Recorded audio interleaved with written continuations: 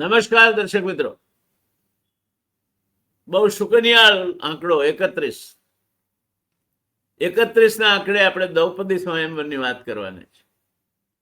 પાંડવોને કહેવામાં આવ્યું છે કે તમારું ભાગ્ય પલટાવાનું છે. એક ચક્ર નગરીમાંથી જાઓ, પાંચાલ પહોંચો, ત્યાં તમારું ભાગ્ય તમારું રાહ જોઈ રહ્યું છે. સમગ્ર આર્યાવર્તના મહારાજાઓ ભેગા થવાના છે. ધૃષ્ટદ્યુમ્ન અને દ્રૌપદી જન્મી ચૂક્યા છે, મોટા થઈ ચૂક્યા છે, અને પ્રસંગ છે દ્રૌપદીનો સ્વયંવરની. સમય જતા દ્રૌપદી યુવતી બની. તેના સૌંદર્ય, તેજ અને બુદ્ધિની ચર્ચા સમગ્ર આર્યાવર્તમાં થવા લાગી. રાજા દ્રુપદે નક્કી કર્યું કે હવે દ્રૌપદીનો સ્વયંવર યોજો. પણ આ સ્વયંવર સામાન્ય નહોતો. દ્રુપદના મનમાં એક ગુપ્ત ઈચ્છા હતી. તેઓ સાંભળતા હતા કે પાંડવો લાક્ષાગૃહમાં મૃત્યુ પામ્યા નથી. તેમને આશા હતી કે પાંડવો જો જીવતા હશે તો કદાચ આ સ્વયંવરમાં જરૂર આવશે, ખાસ કરીને અર્જુન. ધૃષ્ટદ્યુમ્ને સમગ્ર આર્યાવતમાં આ સ્વયંવરની જાહેરાત કરાવી. સ્વયંવરમાં એક વિશાળ ધનુષ રાખવામાં આવશે. ઉપર ફરતું ચક્ર હશે. તેના ઉપર ફરતી માછલીનું કૃત્રિમ દ્રશ્ય છે, અને એ લક્ષની નીચે પાણી ભરેલું પાત્ર હશે.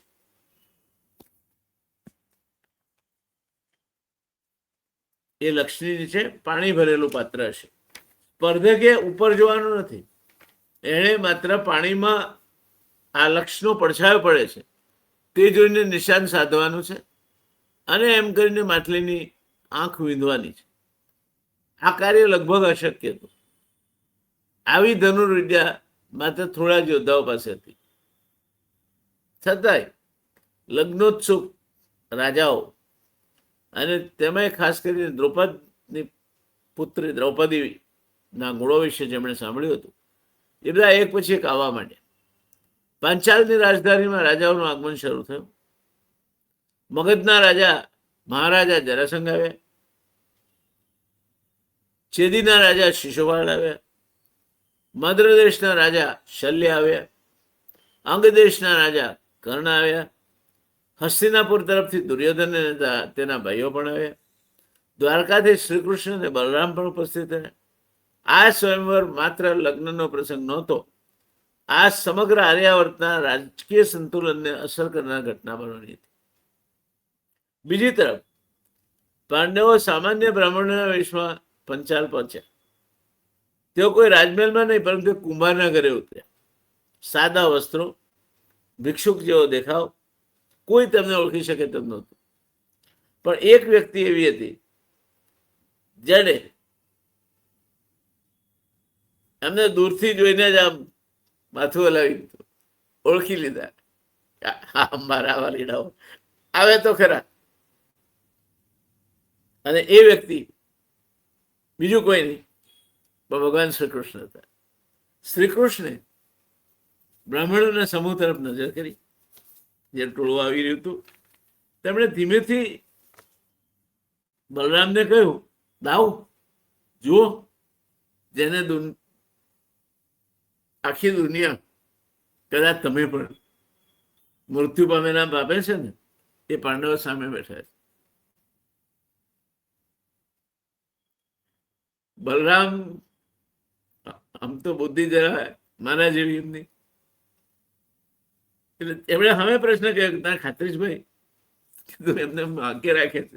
પાંડવો મરી ગયા ત્યારે લાશ મળી છે, બળી ગયેલા એમના મૃતદેહ મળ્યા છે, શું વાત કરે તું? ત્યારે હળવું હસીને શ્રી કૃષ્ણ જે વાત કહી તે દોસ્તો સમજવા જેવી છે. સિંહ ગમે તેવો વેશ ધારણ કરે, તેની ચાલ બદલાતી નથી. તમે ચાલ પરથી માણસને ઓળખતા શીખો.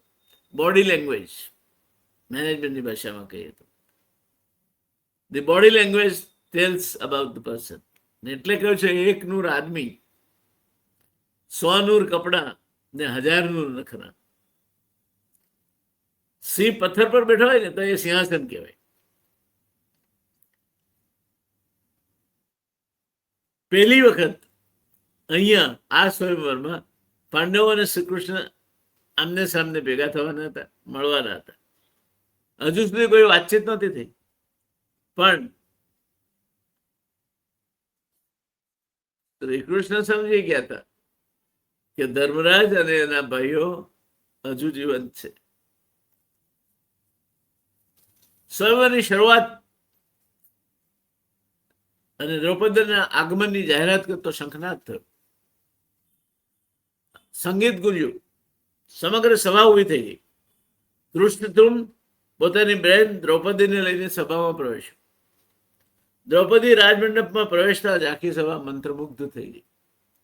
તેના ચહેરા પર ગૌરવ હતું, આંખોમાં આત્મવિશ્વાસ હતો અને ચાલમાં રાજમાતા બનવાની ગંભીરતા અથવા ગાંભીર્ય.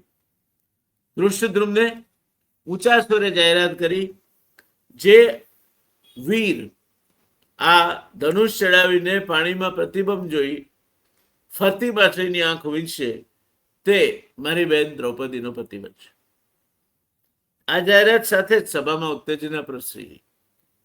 દરેક યોદ્ધા પોતાના મનમાં વિજયના સપનો જોવા લાગ્યા, પરંતુ કોઈને ખબર નહોતી કે ભાગ્ય તો પહેલેથી જ પોતાનો નિર્ણય લખી નાખ્યો હતો. આપણે આ કથાને અહીં રોકીએ. દ્રૌપદી આવી, એની હાજરીથી સભા મંત્રમુગ્ધ થઈ, સ્વયંવરની જાહેરાત થઈ, એની શરત જાહેરાત થઈ. આ પ્રસંગ આપણને એક ઊંડી વાત શીખવે છે. જીવનમાં ઘણી વખત આપણે સંજોગોને જ બધું માનીએ છીએ, પરંતુ યોગ્ય તૈયારી અને યોગ્ય ક્ષણ મળે ત્યારે જ પ્રતિભા ચમકે છે. યોગ્ય તૈયારી અને યોગ્ય ક્ષણ મળે ત્યારે જ પ્રતિભા ચમકે છે. ત્યાં સુધી ખાણમાં સંતાઈને પડી રહેલો હીરો પથરા બરાબર જ હોય છે. અર્જુન માટે આ માત્ર એક સ્પર્ધા નહોતી, આ એના જીવનના એક નવા અધ્યાયની શરૂઆત હતી. શ્રી કૃષ્ણ માટે આ ધર્મયાત્રાના સહયાત્રીઓ સાથેના સંબંધોની શરૂઆત હતી. અને એટલે દોસ્તો, જે લોકો મારી માફક મેનેજમેન્ટના વિદ્યાર્થી છે અને નેતૃત્વના પાઠ ભણાવે છે, એમને એવું સૂઝે છે આ પ્રસંગ જોઈને કે સાચા નેતાઓ લોકોના કપડા નહીં, તેમની ક્ષમતા ઓળખે છે. જ્યારે સર્વધર્મ પરિષદમાં વિવેકાનંદજી શિકાગો ગયા અને તેમનો પેલો વિખ્યાત my dear brothers and sisters from America વાળા સંબોધને એમને તાળીઓના ગડગડાટથી વધાવી લીધા. એટલે વિવેકાનંદ જાણીતા થયા. ત્યારબાદ એક પત્રકારે એમનો ઇન્ટરવ્યુ લીધો. એને પૂછ્યું કે તમને નથી લાગતું કે તમે આ સર્વધર્મ પરિષદમાં આવ્યા, આ બધા લોકો બીજા આવ્યા છે, જુઓ એમના કપડા જુઓ, કેવા સૂટ બોટ ટાઈમાં સુસજ્જ છે બધા, અને તમે આ ભગવા વેશમાં આવ્યા છો, તો તમને ઇન્ફિયોરિટી કોમ્પ્લેક્સ એટલે હિંમત નથી અનુભવે? વિવેકાનંદજીના જવાબો સરળ હતો.